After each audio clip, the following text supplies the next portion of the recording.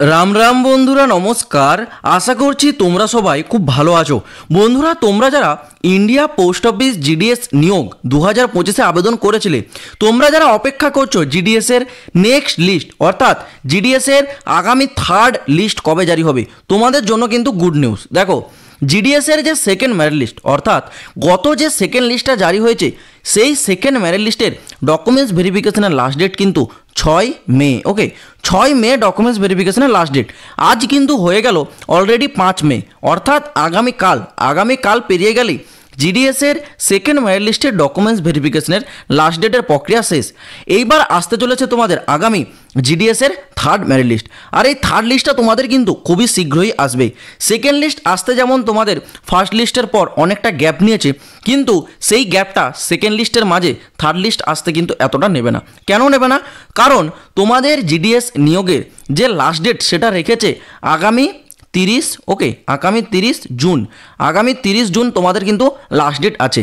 এই 30 জুন মানে এটা কিন্তু চলছে তোমাদের মে মাস, অর্থাৎ মের পর তোমাদের আছে কি না জুন, এটাই হচ্ছে তোমাদের শেষ। জুনের পর কিন্তু আর নেই। মানে তোমরা যদি মোটামুটি ধরো, হাতে কিন্তু সেইভাবে দেখতে গেলে আর 2 মাসের মতো টাইম আছে। এবং এই 2 মাসের মধ্যে জিডিএসকে কিন্তু টোটাল যে শূন্যপদ রয়েছে সেই সিট সংখ্যাগুলো পূরণ করে নিতে হবে। আর তোমরা সকলে জানো, গত যে প্রথম আর সেকেন্ড লিস্ট জারি হয়েছে সেই লিস্টে 90% ক্যান্ডিডেটরা ফেক ছিল। এইবার আগামী যে তোমাদের থার্ড লিস্টে আসতে চলেছে, লিস্টে তোমরা কিন্তু ফেক ক্যান্ডিডেটের সংখ্যা একেবারেই না বললেই থাকবে। কারণ তোমাদের যে ফেক ক্যান্ডিডেট যারা থাকে তারা সবসময় কিন্তু হাই পার্সেন্টেজ দিয়ে ফর্মটা অ্যাপ্লাই করে এবং তাদের নাম অলরেডি প্রথম লিস্ট এবং সেকেন্ড লিস্টে এসে গেছে। সেই ক্ষেত্রে এইবার তোমাদের যে জিডিএসের থার্ড মেরিট লিস্টটা আসবে, সেখানে কিন্তু তোমরা ম্যাক্সিমামটা রিয়েল ক্যান্ডিডেটের নাম পাবে। এবং থার্ড মেরিট লিস্ট থেকে তোমাদের যে কাট অফ, যেটা নিয়ে তোমরা বেশি টেনশন করছো, কাট অফটা তোমাদের থার্ড লিস্টে কত থাকবে, তো তোমাদের এক কথাই বলে রাখছি, থার্ড লিস্ট থেকে তোমাদের কাট অফ কিন্তু ডাউনে এবার তোমাদের শুরু হচ্ছে। প্রথম লিস্ট সেকেন্ড লিস্টে ফেক ক্যান্ডিডেট বেরিয়ে গেছে, যারা ছিল তারা অলরেডি কেটে গেছে।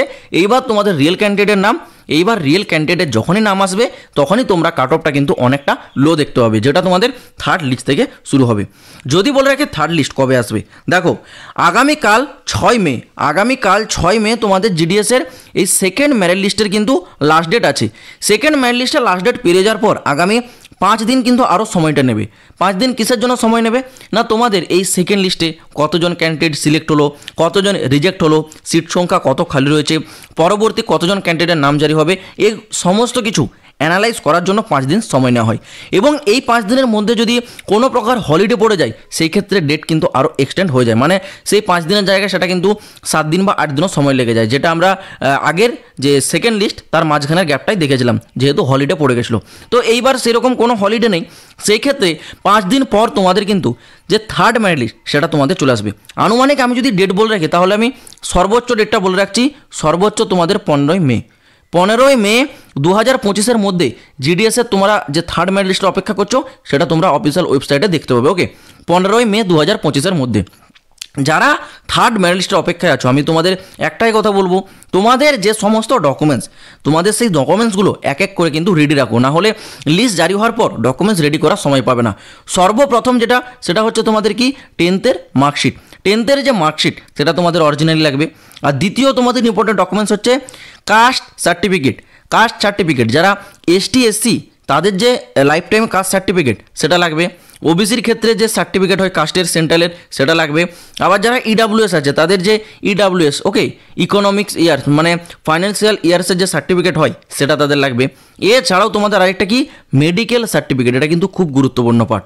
মেডিকেল সার্টিফিকেটটা অবশ্যই গভর্নমেন্ট অথরাইজ কোনো ডাক্তার বা গভর্নমেন্ট অথরাইজ যে হাসপাতাল সেই সব জায়গাতে গিয়ে করাবে। কোনো বেসরকারি ডাক্তারের চেম্বার বা কোনো বেসরকারি ডাক্তারের কাছে গিয়ে তৈরি করাবে না। নোটিফিকেশানে স্পষ্ট উল্লেখ করেছে গভর্নমেন্ট অথরাইজ কোনো হাসপাতাল বা স্বাস্থ্য দপ্তর, সেখানে গিয়ে তোমাদের কাস্টের যে সার্টিফিকেট সেই গভর্নমেন্ট অথরাইজ যে ডাক্তার তার কিন্তু সিগনেচার থাকতে হবে। সেই সিগনেচার অনুযায়ী তোমরা কিন্তু সেই রকম একটা মেডিকেল সার্টিফিকেট তৈরি করবে। তো এই সমস্ত যে ডকুমেন্টস, যেমন তোমাদের আইডেন্টিটি প্রুফ, এগুলো তোমাদের আমি প্রায়শই আগে বলে দিয়েছি। সেই সমস্ত ডকুমেন্টসগুলো তোমরা কিন্তু রেডি রাখো। আগামী 15 মে, সর্বোচ্চ বলেছে আগামী 15 মে নাগাদ তোমাদের জিডিএসের থার্ড মেরিট লিস্ট আসতে চলেছে, যেখানে কাট অফ তোমরা অনেকটাই কিন্তু ডাউন দেখতে পাবে, কারণ এই থার্ড মেরিট লিস্ট থেকে তোমাদের রিয়েল ক্যান্ডিডেটের নাম আসা শুরু হবে। যদি বলে রাখি এরপর জিডিএস আর কয়টা লিস্ট আসতে পারে, দেখো সম্ভাবনা হিসাবে আমি তোমাদের বলে রাখছি দুটো লিস্ট তোমাদের আগামী কনফার্ম আছে, অর্থাৎ তোমাদের জিডিএস এর থার্ড লিস্ট এবং তোমাদের জিডিএস এর ফোর্থ লিস্ট, এই দুটো লিস্ট তো কনফার্ম। এবার যে ফিফথ লিস্ট এটার সম্ভাবনা একটু কম আছে, যেহেতু তোমাদের জুন মাসের 30 তারিখ রিক্রুটমেন্টের লাস্ট ডেট, সেই ক্ষেত্রে এপ্রিলে যদি তোমাদের এই 15 তারিখ নাগাদ থার্ড লিস্ট জারি হয়ে যায় তাহলে এপ্রিল মাসটা পুরো শেষ হয়ে যাবে এবং জুন মাসের মাঝামাঝি আবার ফোর্থ লিস্ট জারি হবে। এবার এই ফোর্থ লিস্টের টোটাল প্রক্রিয়াটা কমপ্লিট হওয়ার পর তবেই তো জারি হবে ফিফথ লিস্ট, তাই না?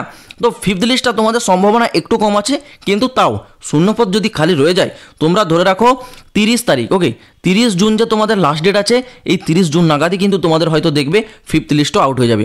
মানে মোটামুটি সম্ভাবনা হিসেবে তোমাদের এখনও 3টে লিস্ট জারি হবে, যার মধ্যে 2টো লিস্ট অর্থাৎ third list fourth list confirm তোমাদের আউট হবে, আর ফিফথ লিস্টের একটু সম্ভাবনা কম আছে, যদিও তোমাদের সেটা কিন্তু জারি হতে পারে। তো কেউ টেনশন নেবে না যাদের প্রথম লিস্টের নাম আসেনি বা সেকেন্ড লিস্টের নাম আসেনি, এইবার লিস্টে তোমাদের কাট অফের সংখ্যা আস্তে আস্তে ডাউন হতে থাকবে, এখানে তোমরা তোমাদের নাম কিন্তু পেতে পারো।